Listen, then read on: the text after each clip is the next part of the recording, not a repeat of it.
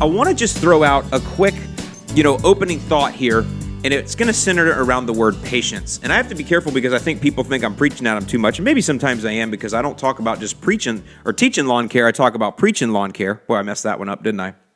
But I want you to understand that we create this sense of urgency, and I think sometimes in my books I dial it in pretty hard, and maybe I write in such a way that gives you that sense of urgency, and I want you to have that. But I also don't want you to stress out about things, and I also don't want you to think that you're not doing something right or that you're not doing something wrong, or I don't want you to think that you're going to get overnight results. Now, you will get results as soon as temperatures come up wherever you're at, and I'm not just talking soil temperatures, I'm just talking the sun starts coming out and the days get longer and we start getting into the heat of late spring and early summer.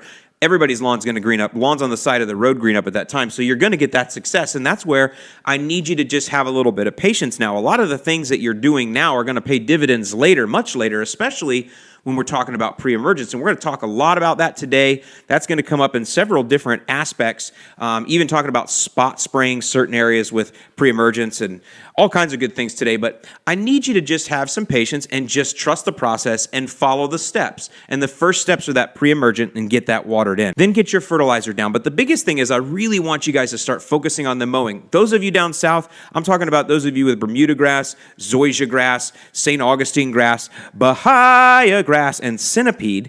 You guys are all dealing with, right now, a lot of Poa annua, and that's what we call warm season turf in those areas. And you guys have a lot of Poa annua. Now, those of us with St. Augustine grass, we're far enough south. I don't think most of us will be dealing with Poa annua, but a lot of y'all through Georgia, Alabama, up into the Carolinas, even over into Mississippi and through a lot of Texas and Oklahoma. A lot of you guys are definitely seeing Poa annua right now, and it sucks that you have to just stare that in the face, but I promise you, better days are coming, especially if you're sitting on zoysia or Bermuda grass, which most of you are because those are alpha grasses. And so when you start taking on that strategy of the more you mow, the healthier it will grow, the alpha nature of your grass type is going to help you take over. So have a little patience.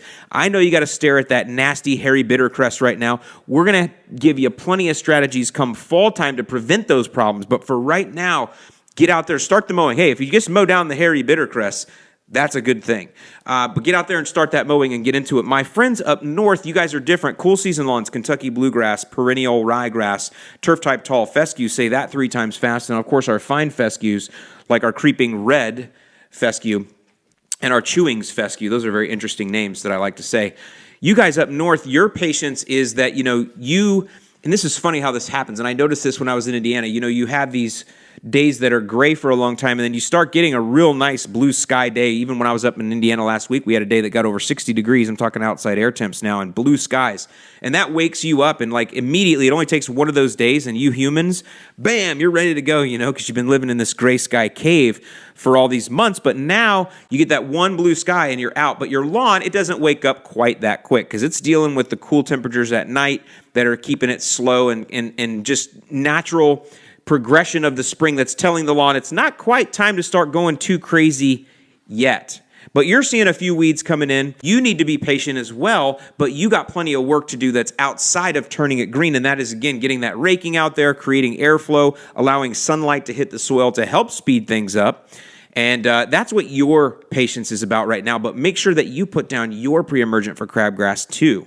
Have that kind of patience, and your patience more comes if you see thinner areas. We're going to talk about this a lot today, is you want to overseed. You feel like you want to throw seed down because that's an active way. It's an offensive way to fill in thin spots, but I need you to have patience because you got to realize that crabgrass will be a much bigger issue for you later on if you don't prevent that now. So that's where your patience is in those thin spots and building that lawn over the long haul.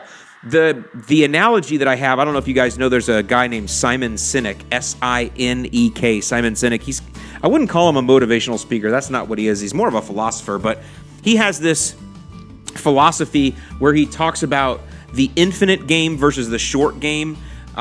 He has some different types of analogies that he'll make with that, but basically when he's talking about the infinite game versus the finite game. So the infinite game means that someone is playing to live, and the finite game means that someone is playing to win now. And I think a lot of times we're trained to be in the finite game, which the finite game means we're going to win this battle right now, all the time, win, win, win. And I think that's great. And with millennials, that's why I like working with millennials so much, because they're winners and they've been taught to win. But there are also times, though, especially with a lawn, you got to realize you're going to live in that house for 40, 50 years. Your grandkids are going to get married on that back lawn that you're mowing right now, 20 years, 30 years earlier. Think about that. You are playing a long game. You're playing an infinite game. You're going to live with this lawn. You're playing for life. So you don't have to necessarily win every battle this second.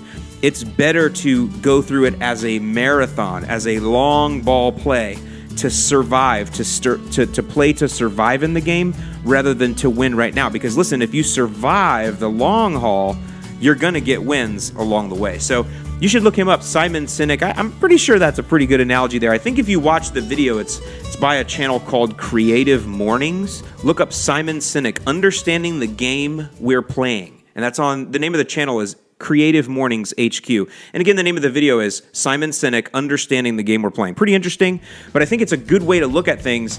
And again, knowing that, yes, we're gonna try to win every battle, but it's okay to live with some challenges now, knowing we're gonna stay in the game long term. And that's